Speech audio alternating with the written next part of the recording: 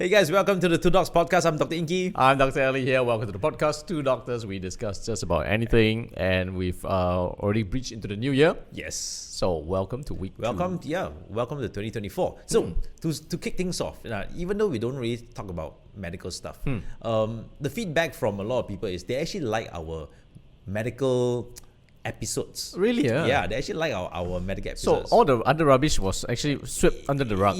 No lah. I would say engagement's much lower. The medical ones. So are the actually two much dogs still higher. need to talk about some medical so stuff. the two dogs need to talk about a little bit about medical. Last week we Alright. talked about MC. MC? All right. So today we're going to talk about medical mysteries again. Yeah, man. 3 medical mysteries that even stumps doctors. Right? Okay, by the way, couple of weeks, few episodes ago, we talked about the stiff body syndrome with Stiff body Celine syndrome, Dion, yes. and couple of weeks ago, it came out in the news. Yeah. Very big news. It's a big Celine news. Dion's PA came out talking. Sister came out talking about her and the stiff body syndrome. Yeah. So Celine Dion is this big movie star, is this big Singer. songstress, Yeah, singer, and she has this very rare disease and it's incurable. And to be honest, doctors have no idea. They just have a term for it: stiff body syndrome, right? But whereby eventually she won't be able to move. She's so stiff that she won't be able to move. Then in the future, from what they understand, the prognosis is not great. Not good, huh? Yeah, it's not good because there is really no cure for it. Because without understanding the cause, there is actually no. Some no people cure. call it catatonia, Yes. post-traumatic Yes. event, Yes. and Yes. this happened after her husband who had passed throat away, cancer yes. passed away. Yeah, passed away. Yeah. So I think it's been very traumatic for her. probably. Hope she gets better though. Yeah. So Alright, today we're going to today. be covering another 3 more medical, Three more medical, three which histories. please pay attention. It might come Please out pay a attention. couple of weeks later. Yes, exactly. This guy's So, prophesizing it. all right. So the first medical mystery was there was a male. All right, there was a male jumping on a trampoline. Jumping on the Yeah. trampoline. So do be careful when you're jumping on trampolines. It can actually cause death. Damn. All right. So he was jumping on a trampoline. Stroke out. Yeah. Midway, he felt chest pain. Uh-huh. All right. He was in cold sweats, and they were shooting pain radiating to his left arm. Oh my God! Heart He sat attack. down, Oh, and then straight he called his mom, and his mom said, "You wait right there." Yes. All right. But when paramedics came, they were baffled because he's only a 14-year-old boy. Okay. It's not in a typical age of myocardial infarction Okay. or a heart attack. Okay. He was a 14-year-old boy. What's the size? Right? Regular size. Ah. Right? Very fit. Okay. So he was jumping on a trampoline. Suddenly he had this cardiac event. Right? He was sweating all over profusely. Of course. The first thing that came to the paramedics' mind was this might be potentially a myocardial infarction. They hooked on the ECG on him. All right. Normal. Normal. Oh. Anyway, never mind. Okay. Rush him to the hospital. All right. They did some scans on him. They did some an echo on him. Couldn't find anything. All They right. did the cardiac enzymes. Nothing. Normal. Okay. So they cannot explain the cold sweats. Okay. So they said, maybe he pulled a muscle. All right. Right. It might be some kind of muscular pain masking as heart attack. Okay. All right. So when the doctor asked him about the history, and he said, "Yeah, I've actually noticed this in the past 6 months. Every time I exercise, I break out in cold sweats. Okay. All right. Every time I exercise, I have this shooting pain in my left arm. Okay. And the doctors found it weird because he does not fit that profile. Typical profile of someone should be having Yes, some kind exactly. of pain. Okay. So they looked in family history, and family history was nothing. All right. 0. Okay. Then they say, you know what? We need to get to the bottom of this. Let's put a name to it. Let's put him into a machine. Okay. Let's scan the crap out of him. Okay. They did a CT scan. They did a MRI. MRI. All right. And they found something growing in his heart. Something growing in his heart. Yes. A fungal thing. No, this is something called cardiac myxoma. Myxoma. Yeah. So a cardiac myxoma is actually a benign tumor. Okay. All right, which grows in the heart. All right. Typically, the left atrium. So your heart has 4 chambers. Yes. Typically, a cardiac myxoma, which is a benign tumor, grows in the left atrium. Okay. All right. Now they detected it in his left atrium. All right. Again, the odd thing is he does not fit the profile of someone who has cardiac myxoma. Okay. Someone with cardiac myxoma is in their 30s to 60s. All right. All right. Usually males. So he's a male, right? He's but 14. but he had it when he was very young. Okay. So doctors suspect that it was there Congenital. during birth, Alright. congenital, and it grew over time. Alright. Now, then it could explain why he was having cold sweats and all. Because as he was exercising, all right, the tumor was actually Moving. was actually moving. And then stop the blood from flowing. Yes, that's right. Stop the blood from flowing, and at the same time, siphoning blood out of his cardiac cells. That's why he was getting that cold sweats. All right. So, of course, treatment fairly easy. Remove her. Yes. Put him through a 12-hour operation. Open heart. Cut open his chest, go into his heart, remove that tumor, and then lo and behold, he was cured. Yeah. So, cardiac myxoma can actually occur to anyone, especially if you're a male between 30 to 60. It's actually one of the most common benign tumors of the heart. But can it go into a full cardiac arrest? There is a possibility that because the tumor has grown to such a large size, it might Absorb occlude. so much and occlude. It might absorb so much blood. All right, it siphon off so much blood supply from the heart that yes, that he could have gone into a cardiac arrest. Always wonder a lot. We hear a lot of athletes who drop dead midway, especially footballers. Yes, that's more right. than any other profession. Correct. Footballers, Correct. because they run a lot. They run a lot. Yes. They run a lot. On average, on a football match, that 90 minutes, they'll be running anywhere between 8 to 15 kilometers, and they're sprinting most of the time. So quite a lot of them actually. Yes. It is not easy to detect. It is not easy because you cannot pick it up in blood tests. You cannot you can't even pick it up in a regular echocardiogram. All right. So because of that, if it's small, you can't even pick it up in general scans. All right. So And most people regularly won't scan missed. you. Correct. Yeah, it is regularly missed. Yep. All right. Unless it's large enough to cause some sort of symptom. Then people can, because when you then pinpoint, I have this issue in my heart, then when they scan the heart, then they can pinpoint, okay, there is something growing there. So it's actually not easy. It's actually not easy to actually scan for a tumor of the heart. Okay. So cardiac myxoma. Cardiac myxoma. Mystery number one. Mystery number one. Mystery Okay. number one. Mystery number two. All right. Mystery number two. Oh wait. How frequent is that? Oh, this is actually One quite in. frequent. One in. I would say it's probably like 1 in 5,000. Oh, thanks a lot. Now, one in every 5,000 male It's who's actually gonna go, very I've common. got issues. Right. So, second one. Okay. All right. Doctor almost died from eating meat. Die from eating meat. Yeah. Doctor almost died from eating While meat. eating or after eating? Right. After eating. After right. eating. So the story is this. There was a 17-year-old retired radiologist. 70. Yeah. So for all the radiologists out there, be careful. Be careful, huh? Yeah. 72-year-old retired radiologist just came back from a camping trip with his wife. All right. Right. They were in the outdoors for about 2 weeks. Okay. They love camping. All right. Sometimes Americans like to go out and camp. Right. Fair enough. Right. They camped there. They barbecued there. They ate and drink right at the campsite, and then they came back. The first day when he arrived back home, he noticed that there was he noticed that he was feeling bloated. Right. Okay. There was a little bit of pain in his epigastric, which is the central region. All right. And he started vomiting. All right. All right. So he thought maybe a little bit of food poisoning, because again, they went camping, Yep. All right. So took a little bit of a gastric medication. Didn't go away. It actually got worse. Okay. All right. So he started profusely vomiting for about 2 to 3 days. All right. The pain got worse. Okay. Right, to the point whereby he can't even move. So he was brought into the ER.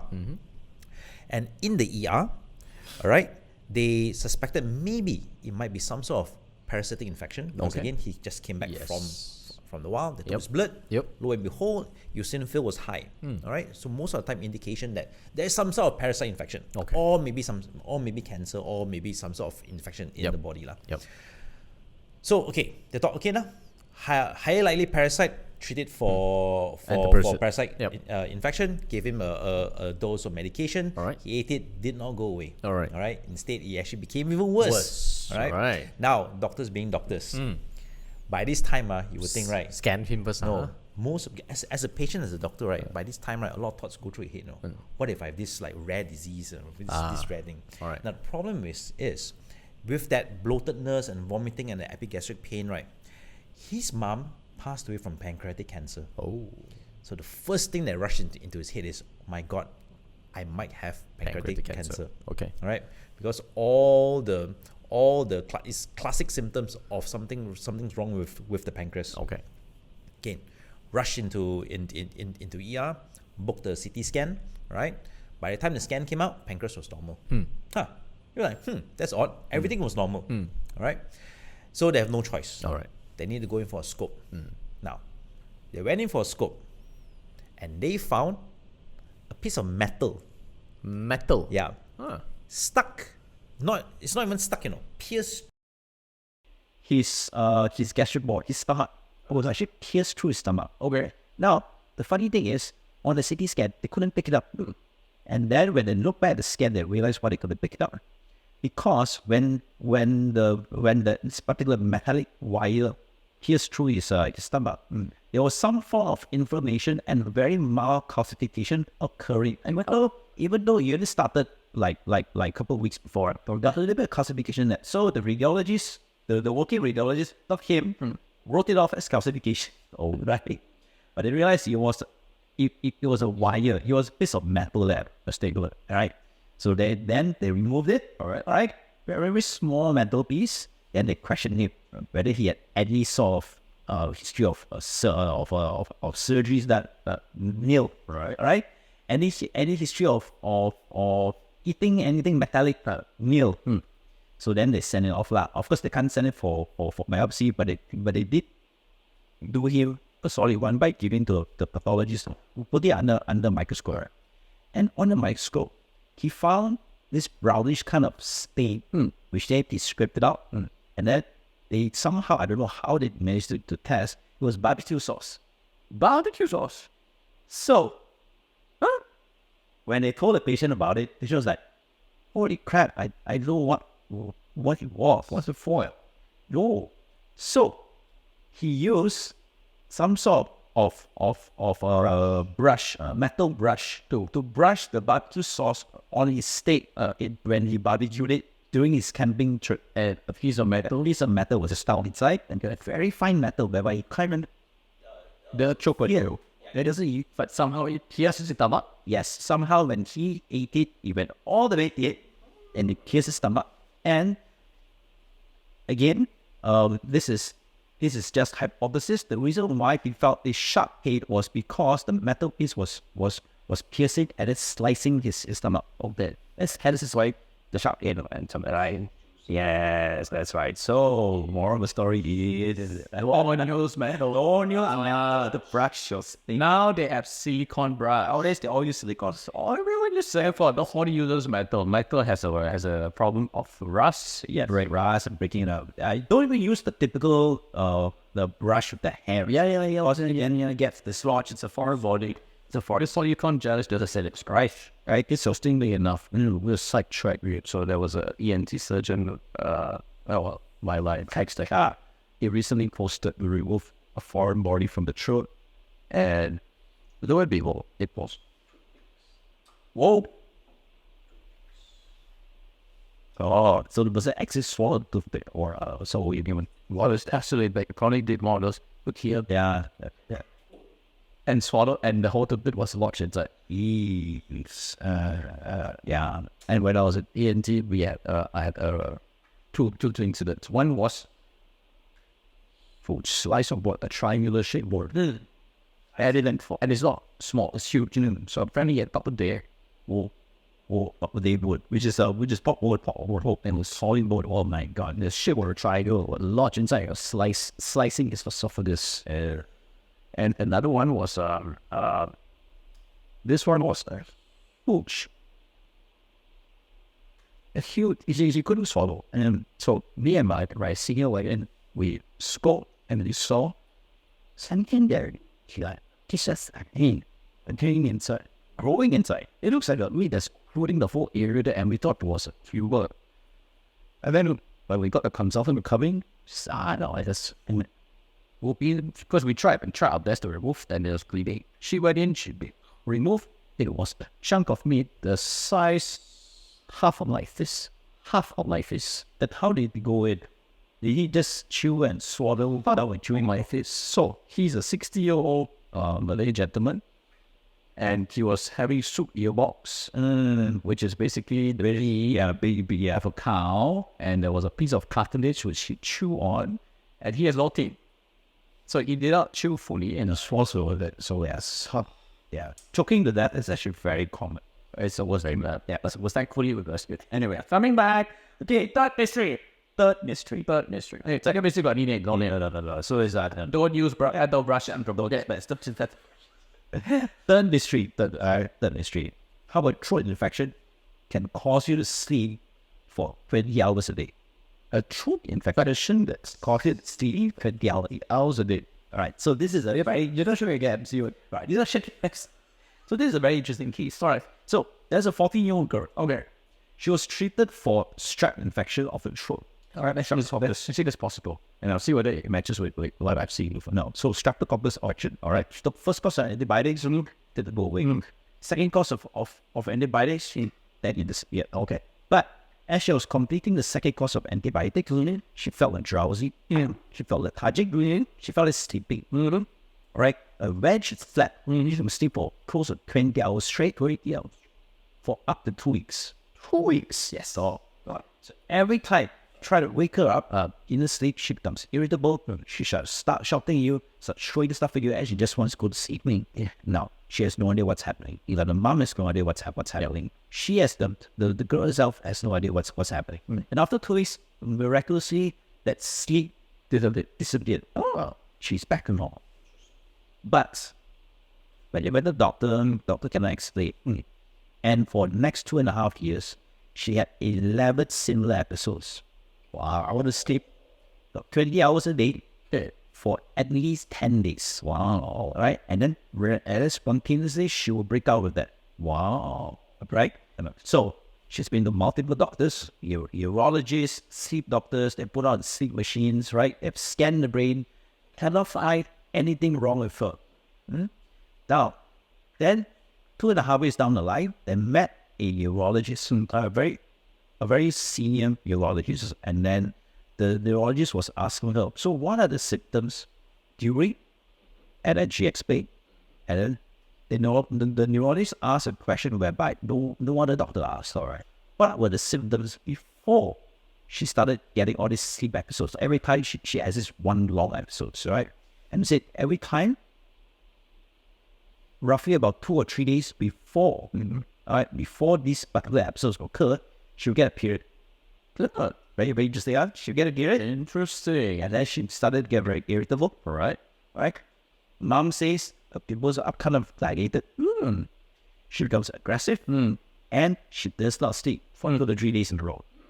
So the neurologist thought, maybe this girl's on drugs because she's 14-year-old. There is a culture of young kids. There's got drugs. All right. Give her a drug and on nothing. All right. Then the neurologist said, you know what? If the drug test comes out negative, there's only one explanation, right?